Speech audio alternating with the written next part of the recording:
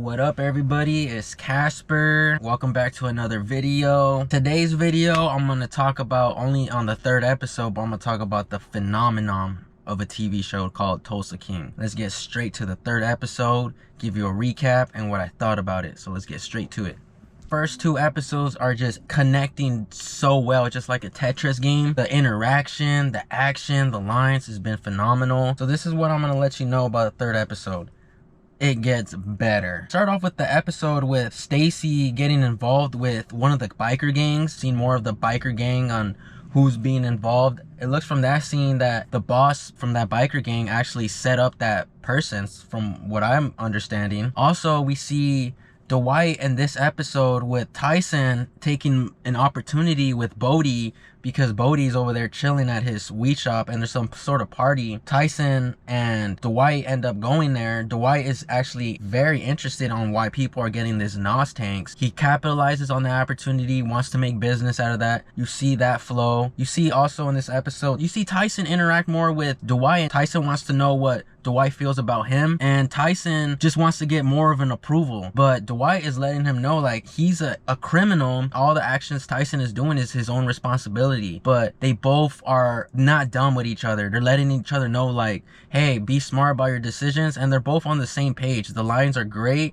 and you can tell they both want each other there. It's not even on a forced thing. They're growing off each other. Love that interaction with Tyson and Dwight's continuing to be amazing. Also, you see in this episode, Dwight ends up going to take a driving test. Another fun interaction. See Dwight driving with an instructor. His name is Paul. He's the driving instructor in here. Paul is so hilarious. Paul has that look of a DMV person who's like, okay, first time here, second. He has that vibe. Paul is very funny. The lines for him, hilarious. The interaction and talking in the car was hilarious. Another funny moment when Dwight is changing his signals, but he doesn't even use his turn signals. He ends up using his hands. Hilarious. Camera work in here, dope. I like how they shoot it in the Lincoln. I really appreciate that because it doesn't look forced. It looks very clean. And then you end up seeing Dwight get shot at with Paul in the car at the red light, and that makes the whole episode crazier because you thought you were chilling, then it just makes heart rate go up with those fired shots to the car. Now Dwight's trying to figure out who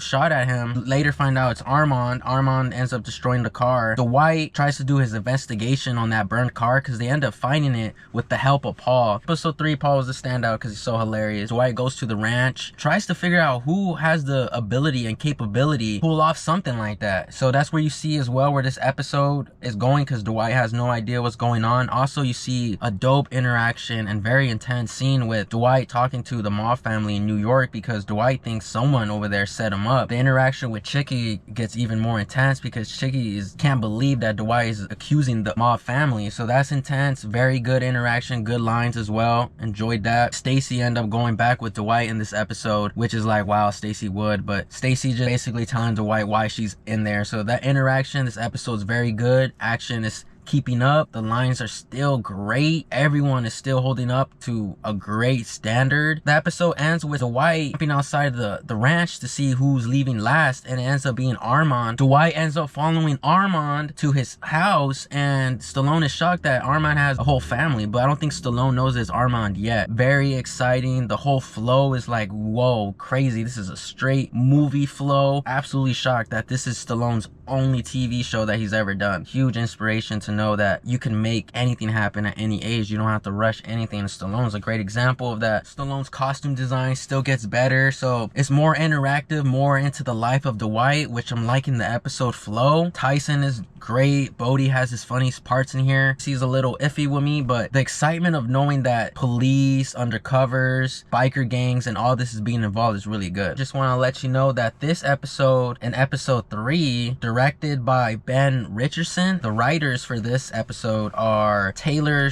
Sheridan and Regina Corrado. Very good job on the writing. Camera direction is sick. The music in the background is improving. I'm having so much fun with the first 3 episodes. Stallone is absolutely killing it in here. Tyson is a shocker to me. Enjoying the vibe with him and Stallone. Paul was the standout for sure in this episode. I don't know what he had to do with Stallone. Very hilarious and very smart. Dope interaction. Seeing Armand just being more suspicious is dope. I'm recommending it to whoever I can. From the first 3 episodes, none of it feels like a filler episode. After my watching the 3rd episode of Tulsa King, out of 10, I'm gonna have to give it a 10 out of 10. So that's my review for the 3rd episode of Tulsa King. Shout out to you guys for tuning into the video. Thank you guys for watching, and we'll see you guys on the next one. Peace, y'all.